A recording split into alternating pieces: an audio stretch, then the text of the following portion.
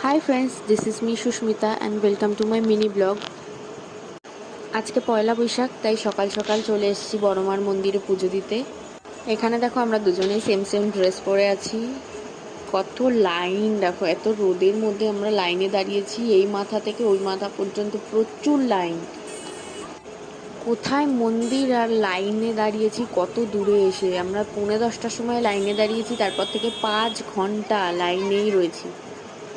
5 ঘন্টা ধরে লাইনে দাঁড়ানোর পর অবশেষে আমরা মন্দিরের কাছাকাছি এসে পৌঁছে গেছি। ওই যে দূরে দেখো ব্যানার দেখা যাচ্ছে।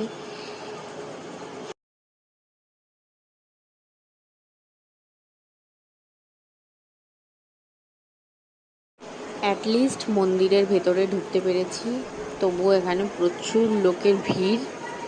সবাই আস্তে আস্তে ভেতরে ঢুকছে পুজো দিতে।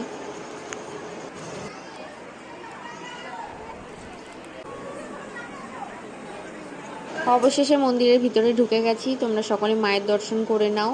আমি ভিডিওটা এখানেই শেষ করছি। ভিডিওটা ভালো লাগলে লাইক কমেন্ট করবে, আর অবশ্যই কমেন্টে জয় বড়মা লিখে যেও।